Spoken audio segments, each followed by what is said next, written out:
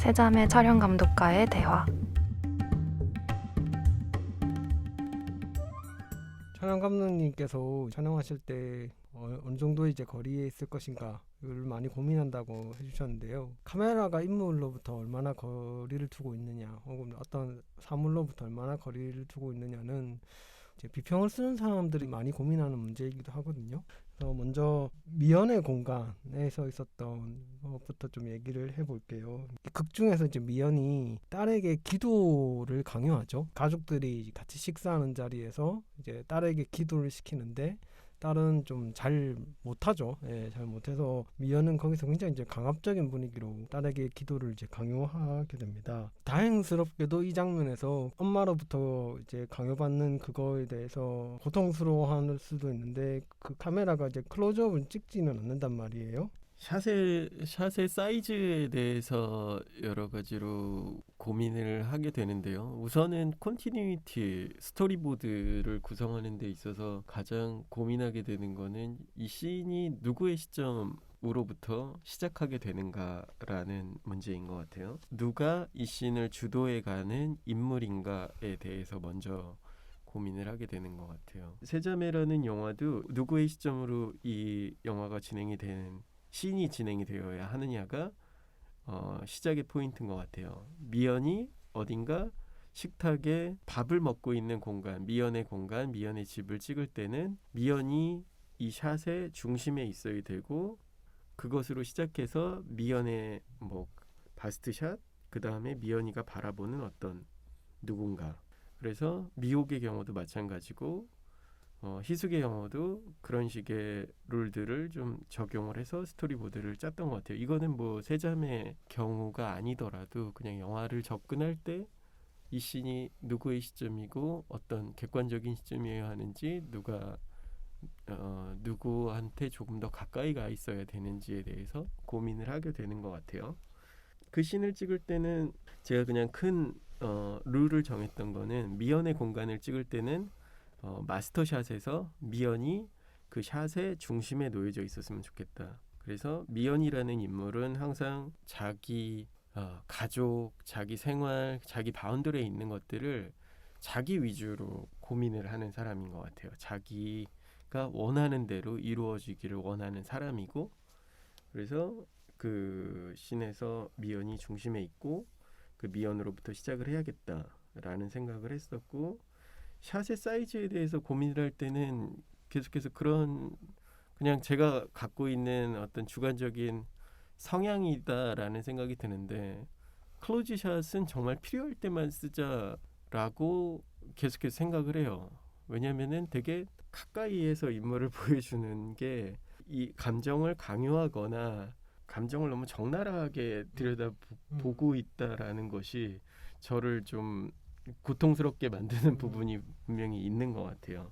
그러니까 객관적인 것이 아닌 어떤 시선에 대한 강요 같은 것들은 좀 피해보자라고 생각을 하는데, 오히려 과거의 영화들보다도 현대 영화들이 더 이런 룰들에서 되게 자유롭다라는 생각은 들어요. 그러니까 예전에 스필버그 영화나 이런 것들을 보고 있으면 어떤 씬에서는 되게 와이드한 숏들, 그룹샷들 이런 것들로 진행이 돼요.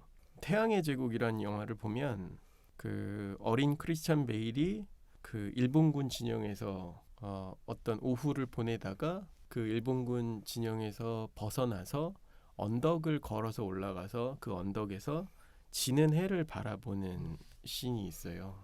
거기서 이제 계속해서 와이드샷이나 그룹샷으로 이어지다가 크리스찬 베일이 그 지는 해를 바라볼 때 정말 딱 그때야 비로소 클로즈업이 나오거든요. 근데 그때 저는 그런 생각을 했던 것 같아요. 이게 이렇게 연출되어지니까 이 클로즈업이 힘을 발휘하는구나라는 생각을 했거든요.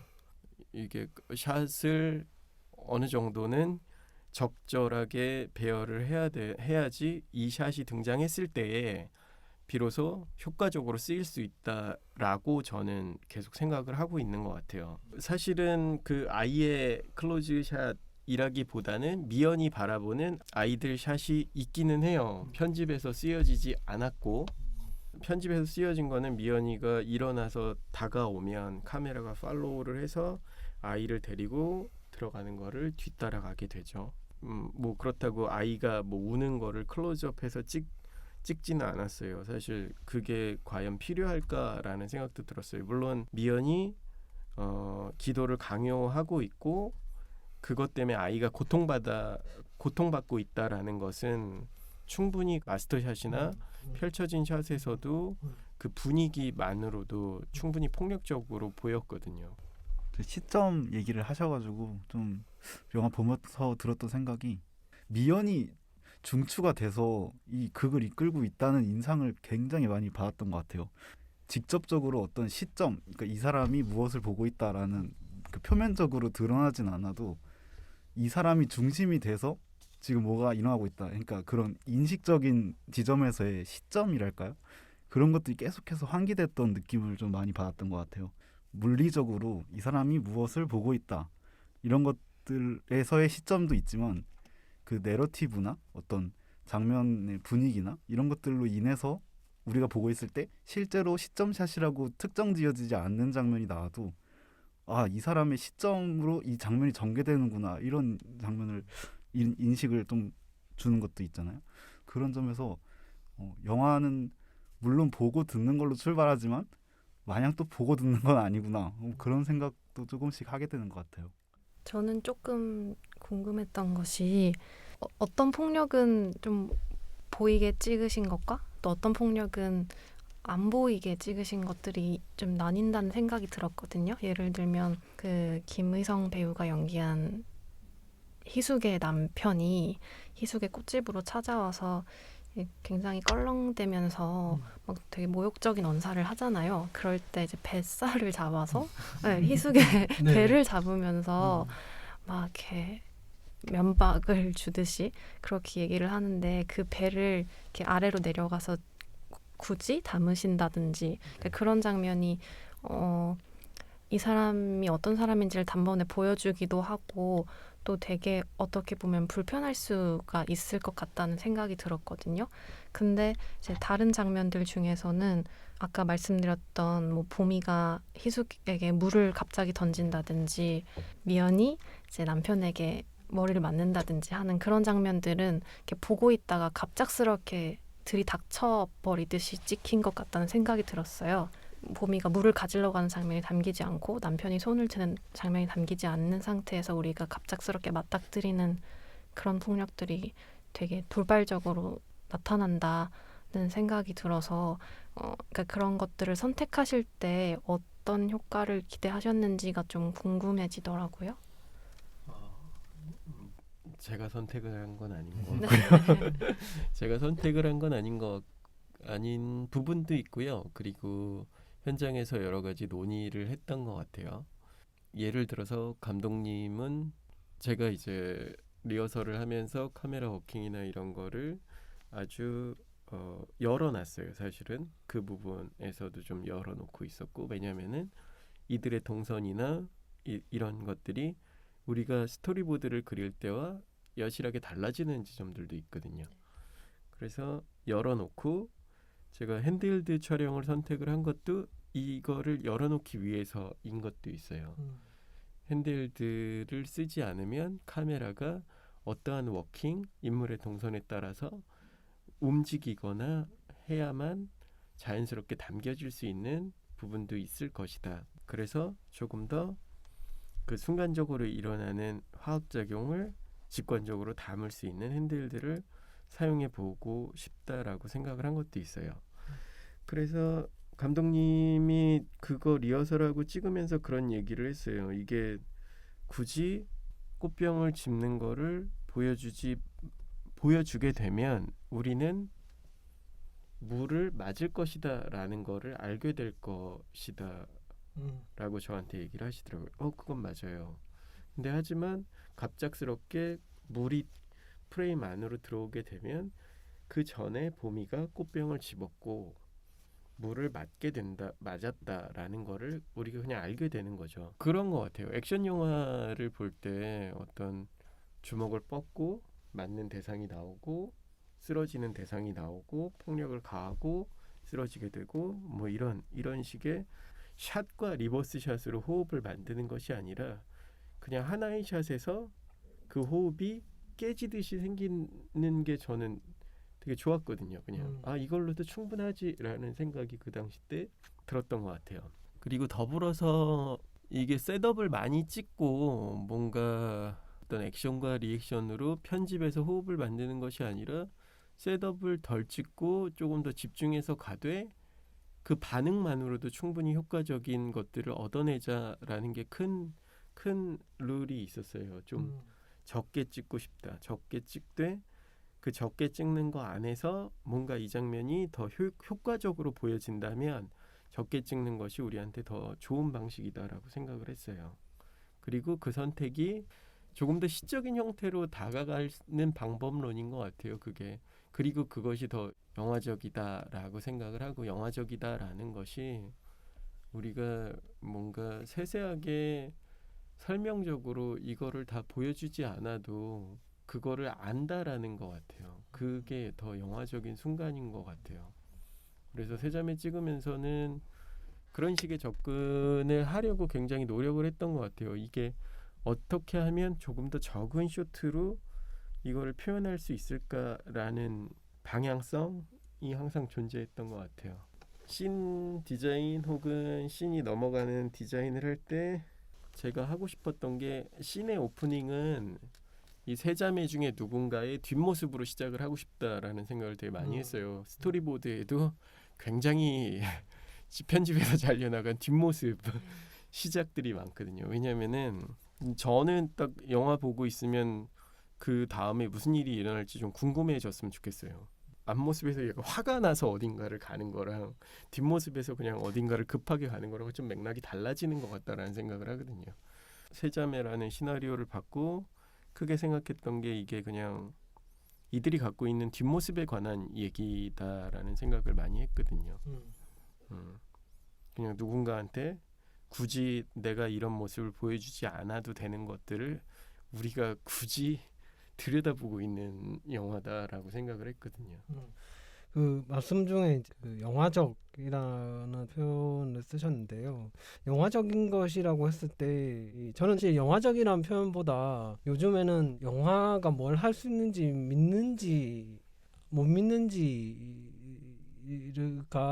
저에게 좀 더 중요한 부분인 것 같거든요. 그러니까 영화적이라는 표현 자체가 너무 모호한 측면이 있고 그렇다고 했을 때 그럼 어떤 표현들을 써야 할까라고 했을 때 영화를 믿느냐 못 믿느냐라는 것이 더 맞지 않을까라는 생각도 요즘엔 좀 하게 됩니다. 왜냐하면 물병을 짚느냐 마느냐 그거를 보여주느냐 마느냐라고 했을 때 이거는 결국 관객이 그 물병을 짚는 것을 보여주지 않을 때와 보여줄 때 어떤 차이가 발생하는지 그리고 이걸 관객이 아는지 모르는지 그러니까 생략을 해도 관객이 아는지 모르는지에 좀 달린 문제라고 생각을 하거든요. 그러니까 어떤 영화들을 보면 분명히 생략을 해도 충분히 관객이 알 수 있는데도 불구하고 과도하게 정보들을 좀 보여주는 경우들이 있어요. 근데 그런 경우 뭔가 이 사람은 영화를 믿지 못하는 건 아닐까라는 생각이 좀 많이 들었거든요. TV 드라마와 뭐 영화가 결정적으로 다른 측면이 있다라면 관객이 아는지 모르는지를 이 극을 이끌어가는 일종의 그러니까 이 영화를 이끌어 나가는 어떤 힘으로 쓰느냐 안 쓰느냐의 어떤 문제인 것 같기도 하다는 생각이 좀 들었습니다. 네. 물병을 짚는 순간을 이제 생략을 하게 되면 갑작스러움이라는 어떤 효과가 이제 발생을 하게 되고 그 갑작스러움이라는 효과를 중요하게 생각한다라는 것. 시야말로 그러니까 영화를 믿기 시작하는 좀 중요한 단계가 아닌가라는 좀 생각이 들었거든요. 네. 아이고야. 시리가 알겠답니다. 어떤 영화를 만들거나 영화에 대해서 조금 진중하게 사유하시는 분들 그런 쪽으로 생각을 해보면 TV 같은 경우는 그 앞에 앉아있지 않아도 이 세계를 이해할 수 있는 쪽으로 구성이 된다고 하면은 영화는 그 안에 들어가서 극장 안에 들어가서 볼 때 확실히 좀 더 집중할 수 있도록 안으로 끌어당기는 힘이 있는 것 같고 반면에 TV는 바깥으로 이렇게 던진다고 할까요? 그게 이미지든 사운드든 바깥으로 던져가지고 그 다음에 이제 더 멀리 있는 관객과도 만날 수 있는 방식이랄까요? 그런 식으로 좀 발전이 되었던 것 같은데 요즘을 또 보면은 넷플릭스도 있고 굉장히 많잖아요. 이제 그런 거에 따라서도 영화가 가지고 있는 형식이나 어떤 관람의 측면 이런 것도 바뀌는 건가 하는 생각들이 요즘 좀 들고 있네요. 말씀을 듣고 보니 그렇습니다. 영화적인 것을 이제 항상 얘기할 때 아무래도 가장 중요한 게 샷이겠죠. 샷.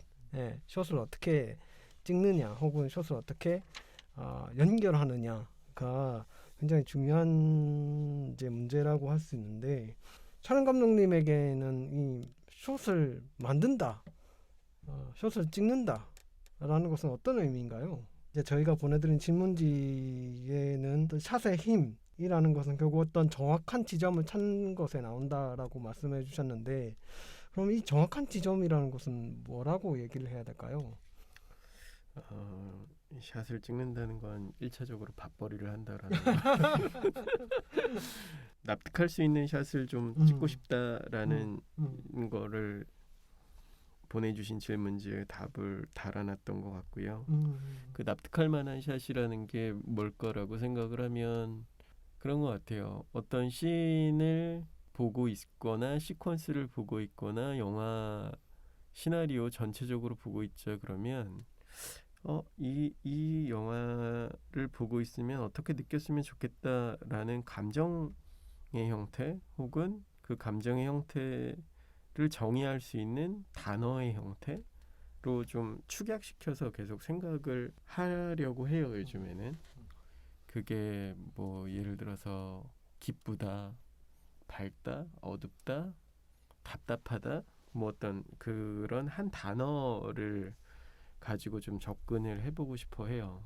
그 단어를 가지고 접근을 하다 보면 그 씬에서 어떤 와이드샷을 찍어야 되고 어떤 사람을 따라가야겠구나, 어떤 밝기로 찍어야겠구나, 어떤 콘트라스트를 가져가야겠구나 라는 거를 제가 그 단어로부터 시작을 하는 것 같아요.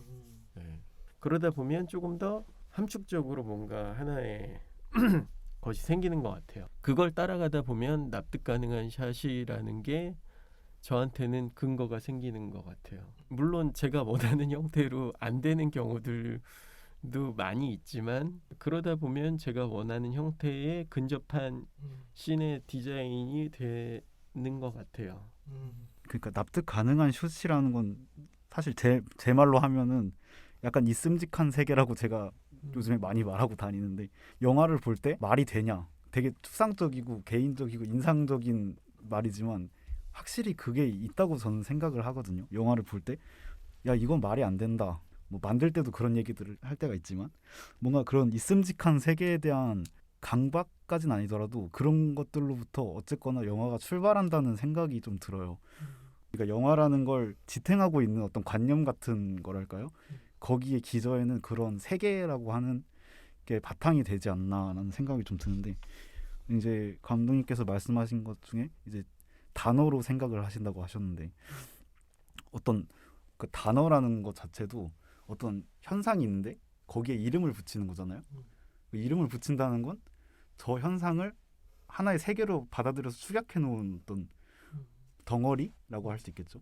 그럼 숏이 모여서 장면이 되니까 단어가 모여서 문장이 되고 그런 식으로 보면 하나의 영화 한 편은 언어 체계라고도 볼 수가 있다고 생각이 들고 그 언어 체계라는 건 또 하나의 세계라고 받아들일 수 있다는 생각이 드는데 그런 점에서 영화를 생각한다는 건 어떤 세계, 믿음직한 세계 이런 것들을 구현하는 문제랑 상당히 결부되어 있다는 생각이 들고 그래서 그런지 납득 가능한 세계라는 것만 그 얘기는 그 세계 안에서 통용되는 샷들도 다 따로따로 존재한다고 생각이 들어요. 그러니까 샷은 다 각각의 어떤 퍼즐 같은 것 같거든요. 어떤 우리가 흔히 뭐 크리스토퍼 놀란처럼 굉장히 상징과 기호가 너무 풍부하고 넘치는 영화들을 볼 때 해석하고 싶어지잖아요. 근데 그거를 해석한다고 그러니까 마치 퍼즐 조각을 맞추듯이 해석한다고 우리가 흔히 가끔은 또 폄하를 하기도 하는데 근데 어떻게 보면 그만큼 어떤 기호들로 넘치는 영화가 아니더라도 우리는 그냥 즉각적으로 그러니까 쇼트라고 하는 단편의 이미지가 배열되는 서사 매체를 접할 때 우리는 그냥 자연스럽게 그 모든 연결들을 큰 맥락 안에서 이게 무슨 의미일까를 자연스럽게 좀 생각하고 싶어지는 욕구가 있는 것 같거든요. 이 아무것도 아닌 것 같은 이야기에서도 이게 하나의 덩어리가 될 때 우리는 이게 어떤 메시지인지를 좀 생각하고 싶어지는 것 같아요. 저 같은 경우에는 보고 싶은 것과 보이는 것과 그다음에 보고 싶지 않은 것과 대체 왜 보여주고 있는 건지라는 어떤 질문과 그러니까 그런 것들 속에서 샷의 중요함이 만들어진다는 생각이 좀 많이 하게 됩니다. 네, 저 순간에 저거 보고 싶은데 저거 왜 안 찍지? 라는 생각 좀 그런 느낌들이 좀 있거든요. 보기를 기대하는 것과 그다음에 보고 싶은 것, 그다음에 보기 싫은 것, 전혀 기대하지 않았던 것들 사이에서 그리고 보이는 것 그것들 사이에서 만들어진 어떠한 기운들이 샷을 보는 재미라고 생각을 하고 영화를 믿느냐 안 믿느냐라고 할 때 그 기운들의 존재를 믿느냐 안 믿느냐라는 문제와도 저는 같다라는 생각을 좀 하면서 영화를 보게 됩니다. 그 노인을 위한 나라를 음. 없다를 보면 음. 하비에르 바르뎀이 경찰서에서 그 경관을 살해하는 장면이 있어요. 근데 저는 목이 졸리는 것보다 그 미친 듯이 발길질을 하는 게 너무 무서웠거든요. 저는 과연 맞아요. 그런 기운인 것 같아요. 음. 어떤 기운을 담는다, 보고 싶은 것과 보이는 것, 뭐 보이지 않는 것에 대해서 말씀을 하시니까 그 장면이 떠오르는 것 같아요. 그냥 단순하게 이 사람이 목이 졸려서 죽는다는 것 때문에 무서운 게 아니라 그 행위를 하는데 이 사람이 미친 듯이 발길질을 하고 그 바닥에 무늬가 생기는 그 구두 굽에서 생겨난 검은 무늬가 생겨나는 것이 저 되게 공포스러웠거든요. 이 장면 정말 연출이 잘 돼 있구나라고 느꼈거든요. 그런 기운을 담는 샷들을 디자인하는 능력, 편집에서 어떤 선택을 하게 되는 과정, 그 과정 안에서 그 알 수 없는 화학 작용에 의해서 내가 더 공포스럽게 느끼는 그런 부분들이 생겨나는 것 같다라는 생각이 들어요. 비평 네. 쪽이나 영화를 감상하는 쪽에서는 사실 어떤 그 촬영 감독 각각의 개인 스타일을 영화를 보면서 인지하는 건 사실 조금 어렵다고 그렇죠. 생각을 하거든요. 근데 이제 몇 년 전부터 좀 각광을 받는 촬영 감독이 있다고 생각을 하거든요. 엠마누엘 루베스키 같은 네. 사람들, 그분들이 찍은 영화는 롱테이크가 안 나오는 게 없고 이거 딱 봐도 엠마누엘 루베스키의 롱테이크적 인장이 보이는구만. 약간 이런 식의 수사를 만들게 되는 영화들을 만드셔요. 그러니까 좋다 나쁘다가 아니라 이제 근데 그런 인장들을 가지고 있는 촬영 감독에 대해서 혹은 그런 어떤 딱 봐도 그 사람 것이다라고 드러나는 그런 뭐랄까요 인장적인 촬영 그런 것에 대해서는 혹시 의견이 있으신지가 조금 궁금해져가지고요. 저는 계속 그런 생각을 하는 것 같아요. 내가 뭔가를 좀 깨트려 보고 싶다라는 생각을 계속 하게 되는 것 같아요. 그러니까 세자매를 풀로 핸드헬드로 찍을 생각을 했을 때도 그냥 그 스타일을 가지고 유지해보고 싶어라는 생각을 했던 것 같고 그게 어떤 하나의 스타일이 될 수도 있는 거고 그 영화가 갖고 있는 스타일이 될 수도 있는 것 같다라는 생각을 해요.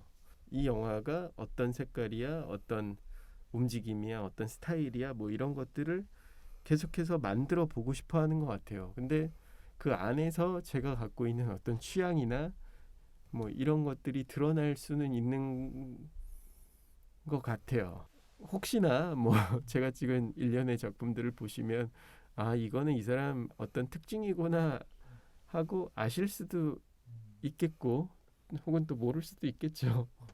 그냥 그런 것 같아요. 그런 게 드러날 수도 있고 아닐 수도 있는 것 같아요. 근데 저는 항상 뭔가를 좀 깨트려 보거나 뭔가 새롭게 한 번 정도 해보고 싶다라는 생각을 계속 하게 되는 것 같아요. 그래서 뭐 다른 영화가 뭐 들어오면 뭔가를 해볼까 네, 뭐 그런 생각을 해요. 뭐